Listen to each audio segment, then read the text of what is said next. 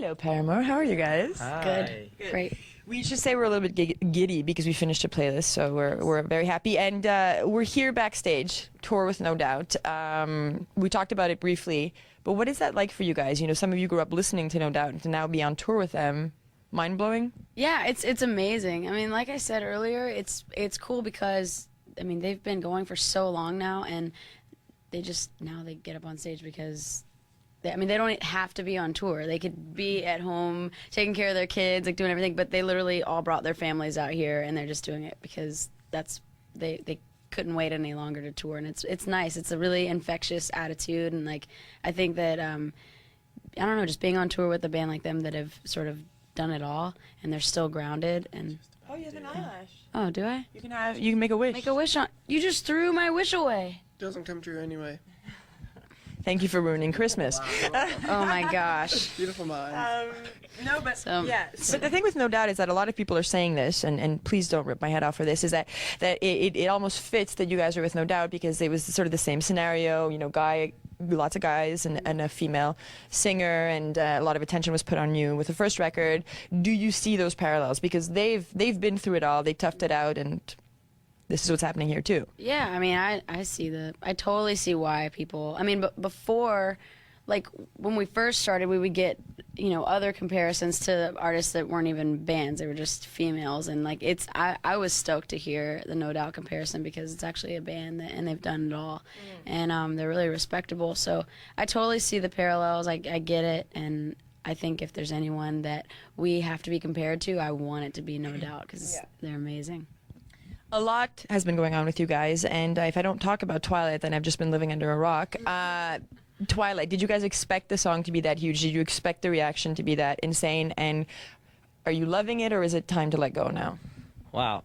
Twilight, it happened at like a perfect time because like our record cycle was done and we wanted to take some time off and we didn't want to like fall off the face of the planet. So it kind of bridged the gap between the last record and the new record and gave us time off at home. But it was really weird because, you know, we're at home and, you know, this song is playing on the radio and it's like climbing the charts and we're just at home sitting there. I felt like we should have been out like pumping it or something. But anyways, it's awesome. It's really cool to see like the different like age group of people that like just love just that song and that are get interested into our band because of that song, and we play that, we close with that, and so as soon as the guitar comes in and the intro of the song, like people just go crazy, and it's pretty cool. Yeah.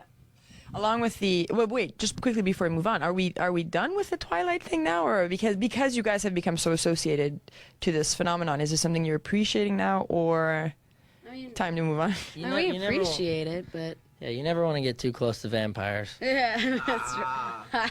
Good point. Yeah. Unless they're very sexy. Yes. There you go. Like Edward. Sorry? Again. like Edward Edward Cullen. Cohen. No, but I don't know. I mean, we definitely appreciate it. We're stoked we got to do it. We never want to get ourselves in a situation where we can be pigeonholed. So it's like, you know, we're not doing the New Moon soundtrack because I think we did Twilight and that's still doing well. So like, I think we want to focus on Paramore, like, you know, just our record.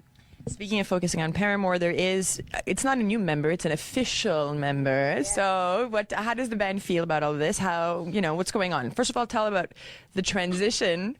First, tell how the band decided to transition from non-official to official. Does anyone want to talk about that? About it.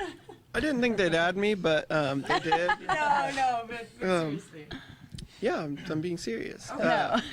Yeah, you can talk about it. We've known Taylor since Taylor was like 11 or 12. We were all really, really young, and he's been writing with, these guys played together before I even met them, and before me and Jeremy met them. Like, I mean, they've been writing together, Josh and Taylor, forever, and then I came into the mix, and we've been writing songs together since we were, we're still kids, but since we were really kids, and I don't know, I don't think anyone else could really be in that spot where he's standing. It just works. Yeah. What do you think about it? Yes, way. No, isn't way, yeah? Yeah. See, I know my slang. No, I'm stoked. Like, you know, I've been like friends with these guys forever and like praying like, oh, I want to be in it someday, and it just like never worked out. And eventually like I got a call, and so it's been awesome because I've been with these guys for like 2 years now. And yeah, the question is, was there a sort of a crazy initiation process? Did they beat you in an alley? Did they, I don't know, what happened there? so I've been in the band for 2 years now. Basically, what we do is we force him to eat at least 2 bowls of cereal every night. Every single night. Every night. Well, That was his initiation to become an official member? Shit. It was awesome because we always go bowling. Like, that's like one of our favorite things. We're all terrible, but it's just fun. And so like they call me up one night and they're like, hey, come to the bowling alley, and I'm like, okay. And so you get there and like, you know, I don't see anyone, and all of a sudden like I turn the corner and like all the guys are wearing these huge afro wigs, and like I used to have long like curly hair, and so they like all had these like plastic rings, so they all like got down on one knee and like asked me to marry them. So it was rad. So, you know, and then we just had like a fun bowl. Did that really happen, or did you just invent that? It really happened. We're gonna put the video online soon, actually. Yeah. Or is it already up? No, I think so. Okay. We do have to talk about the new album. We have to talk about working on the new album, and we have to mention the fact that there was a lot being said about the band at some point with the infighting and people. There was rumors of people not getting along, and there was rumors of a breakup.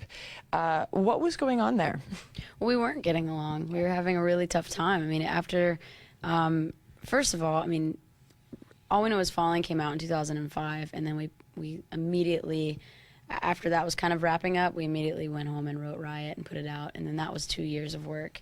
And it kind of just felt like 4 solid, you know, just no time to take a breath, and at the same time we're still regular kids trying to grow up, and when you're in this sort of 4-way, 5-way marriage, you're kind of like, you're learning who you are individually, but at the same time having to give everything to a whole group and like be there too.